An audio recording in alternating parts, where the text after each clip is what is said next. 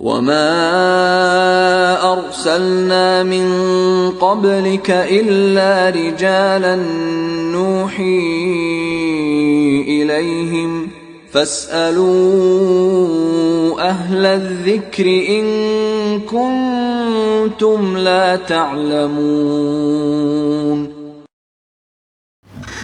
إن الحمد لله نحمده ونستعينه ونستغفره ونعوذ بالله من شرور أنفسنا وسيئات أعمالنا من يهده الله فلا مضل له ومن يضلل فلا هادي له أشهد أن لا إله إلا الله وأشهد أن محمدا عبده ورسوله. يا أيها الذين آمنوا اتقوا الله حق تقاته ولا تموتن إلا وأنتم مسلمون. يا أيها الناس اتقوا ربكم الذي خلقكم من نفس واحدة وخلق منها زوجها وبث منهما رجالا كثيرا ونساء واتقوا الله الذي تساءلون به والأرحام إن الله كان عليكم رقيبا. يا أيها الذين آمنوا اتقوا الله وقولوا قولا سديدا يصلح لكم أعمالكم ويغفر لكم ذنوبكم ومن يطع الله ورسوله فقد فاز فوزا عظيما. أما بعد فإن خير الحديث كتاب الله وخير الهدى هدى محمد صلى الله عليه وسلم وشر الأمور محدثاتها وكل محدثة بدعة وكل بدعة ضلالة وكل ضلالة في النار. Hadirin sidang Jumat yang saya muliakan, surat Al-Fatihah yang senantiasa kita baca dalam salat-salat kita, kita baca dan kita dengar dalam salat kita, patut kita yakini memiliki keutamaan yang sangat besar. Rasulullah sallallahu alaihi wasallam mengatakan, yang berkaitan dengan surat Al-Fatihah, Ummul Quran was-sab'ul mathani wal Qur'anul azim, bahwasanya surat Al-Fatihah adalah induknya Al-Quran. Surat Al-Fatihah adalah 7 ayat yang senantiasa dibaca oleh kaum muslimin berulang-ulang, dan setiap orang ketika membaca surat Al-Fatihah tidak pernah sedikit pun mereka bosan, dan ini mukjizat dalam Al-Quranul Karim. Wal Qur'anul azim, dan surat Al-Fatihah adalah Al-Quranul Azim. Seluruh Al-Quranul Azim yang sangat besar semuanya terdapat di dalam surat Al-Fatihah. Sehingga surat Al-Fatihah ini adalah surat yang di dalamnya semua yang terdapat dalam Al-Quranul Karim garis besarnya ada di dalam surat Al-Fatihah. Di antara apa yang tercantum dalam surat Al-Fatihah yang wajib dan patut kita ketahui, karena Al-Quran diturunkan oleh Allah subhanahu wa ta'ala bukan hanya untuk dibaca, akan tetapi liyadabbaru, untuk orang-orang yang memiliki akal dan beriman, mereka mentadabburi apa yang ada dalam Al-Quran, kemudian mengamalkan apa yang tercantum dalam Al-Quranul Karim.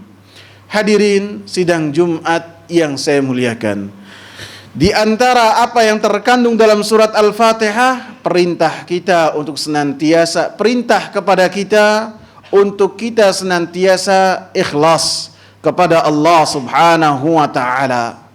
Ikhlas kepada Allah subhanahu wa ta'ala artinya kita memurnikan ketaatan hanya untuk Allah subhanahu wa ta'ala.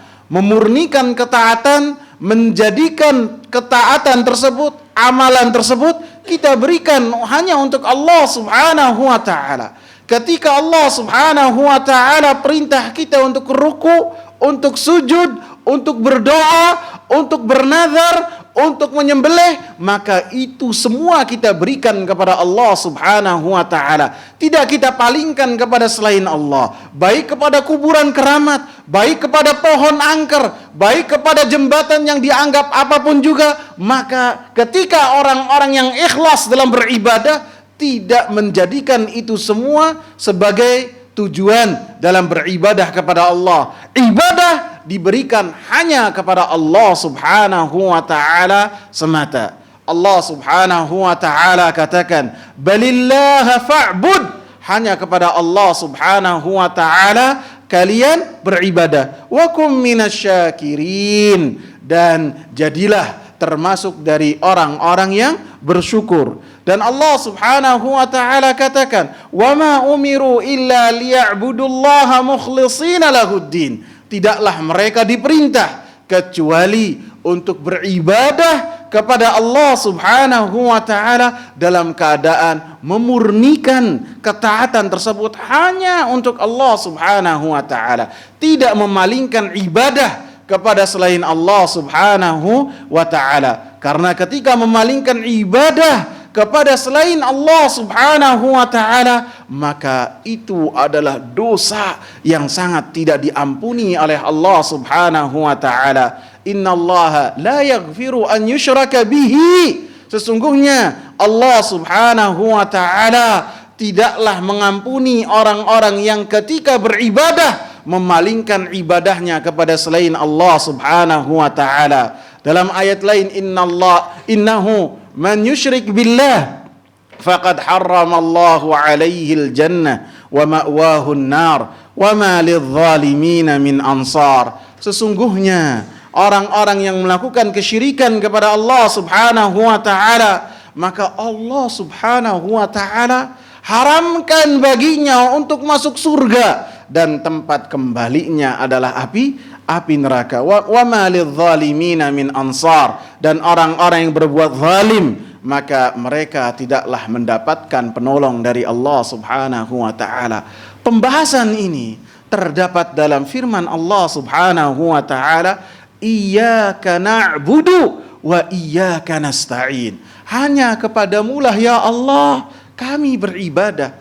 Hanya kepadamu-lah ya Allah kami meminta tolong.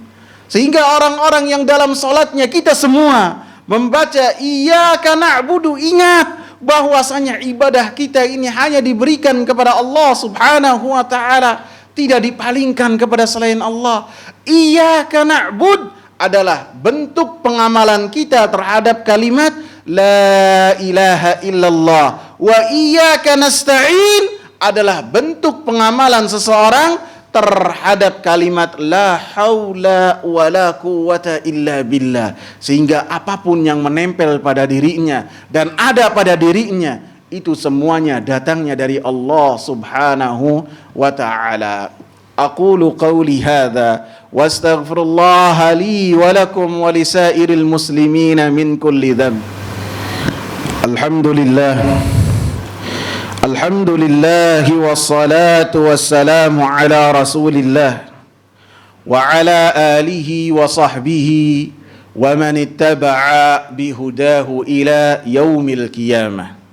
Hadirin sidang Jumat yang saya muliakan, iyyaka na'bud juga memerintahkan kepada kita dan mengingatkan kepada kita untuk pentingnya ketika kita beribadah kepada Allah Subhanahu wa taala hanya mengharap apa yang ada di sisi Allah Subhanahu wa taala. Tidak mengharapkan pujian, tidak mengharapkan sanjungan.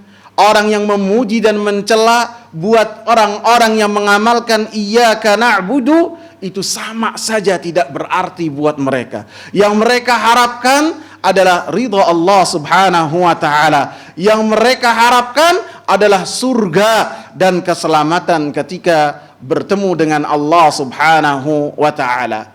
Karena orang-orang yang beribadah kepada Allah Subhanahu wa taala dan ketika beramal ia sertakan selain Allah Subhanahu wa taala, baik sanjungan, baik pujian dan perkataan-perkataan orang, maka ingatlah orang-orang yang demikian potensi amalannya tidak diterima oleh Allah Subhanahu wa taala. Karena Allah Subhanahu wa taala berkata dalam hadis qudsi, "Man ana aghna syuraka anisyirk." Allah Subhanahu wa taala mengatakan, saya tidak butuh terhadap kongsian-kongsian dari seseorang ketika beribadah kepadaku. Allah tidak butuh.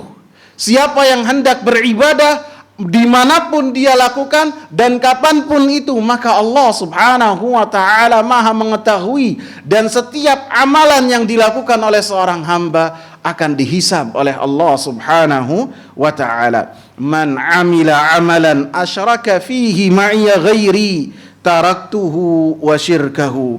Siapa yang beramal, kata Allah Subhanahu wa ta'ala, dengan satu amalan, yang amalan tersebut ketika seseorang melakukannya seyogianya haruslah dalam rangka mengharap apa yang ada di sisi Allah Subhanahu wa taala. Akan tapi Allah katakan, asyraka fihi ma'iya ghairi, ia sertakan bersamaku selainku, taraktuhu wa syirkahu, maka saya tinggalkan dia berserta dengan orang yang telah ia jadikan kongsian untuk Allah Subhanahu wa taala. Ia ketika beramal berharap untuk mendapatkan pujian. Ia ketika beramal berharap untuk mendapatkan sanjungan dari manusia. Apapun yang telah ia lakukan, maka Allah Subhanahu wa ta'ala menyatakan amalan tersebut ditolak oleh Allah. Amalan tersebut tidak diterima oleh Allah Subhanahu wa ta'ala. Bahkan satu ibadah yang dilakukan oleh seorang hamba, kemudian di dalam hatinya ada kerancuan berupa mengharap apa yang ada di sisi manusia berupa pujian dan sanjungan, maka amalan yang telah dia lakukan akan menjadi sebuah kemaksiatan yang sangat besar di sisi Allah Subhanahu wa ta'ala.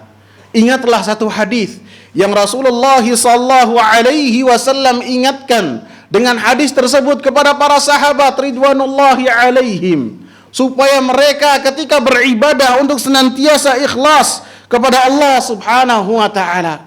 Rasulullah katakan bahwasanya api neraka yang pertama kali dimasukkan ke dalam api neraka setelah Allah Subhanahu wa ta'ala menghisab manusia, maka yang pertama kali adalah mereka-mereka yang ketika beribadah kepada Allah Subhanahu wa ta'ala mengharapkan sanjungan manusia. Mereka beramal dengan amalan-amalan yang besar, akan tetapi ketika niat keikhlasannya kurang ataupun keikhlasannya jauh dari berharap kepada Allah Subhanahu wa ta'ala, maka merekalah orang-orang yang pertama dimasukkan ke dalam api neraka. Yang pertama, Rasulullah sebutkan seorang ahli yang membaca Al-Quran. Ketika dihadapkan kepada Allah Subhanahu wa ta'ala, Allah sebutkan kepadanya, apa yang telah engkau lakukan dengan karunia-karuniaku kepadamu?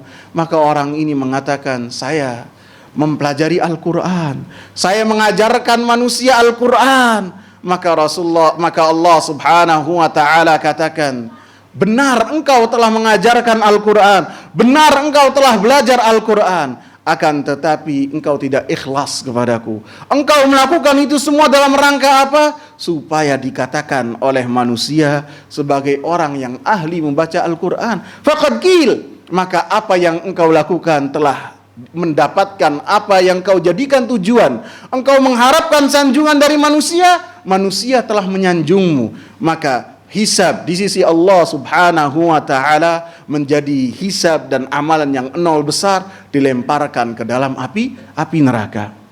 Berikutnya juga seorang mujahidin yang melakukan amalan yang besar, kemudian dia mengatakan kepada Allah, ya Allah, saya berperang di jalanmu. Maka Allah katakan, engkau tidak berperang di jalanku, akan tetapi engkau berperang supaya dikatakan bahwasanya engkau adalah pemberani, engkau adalah orang yang hebat. Faqad qil, maka apa yang kau kehendaki telah engkau raih di dunia, maka dilemparkan ke dalam api neraka. Amalan-amalan yang besar dan luar biasa yang fadilahnya Rasulullah sebutkan memiliki keutamaan yang sangat besar, akan tetapi ketika niatnya kosong dari pengagungan kepada Allah, dari ikhlas kepada Allah Subhanahu wa ta'ala, maka amalan tersebut tidak ada dalam timbangan Allah Subhanahu wa ta'ala. Semoga bermanfaat.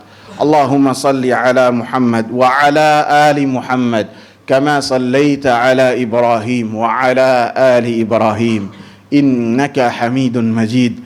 Wa barik ala Muhammad wa ala ali Muhammad kama barakta ala Ibrahim wa ala ali Ibrahim innaka Hamidun Majid.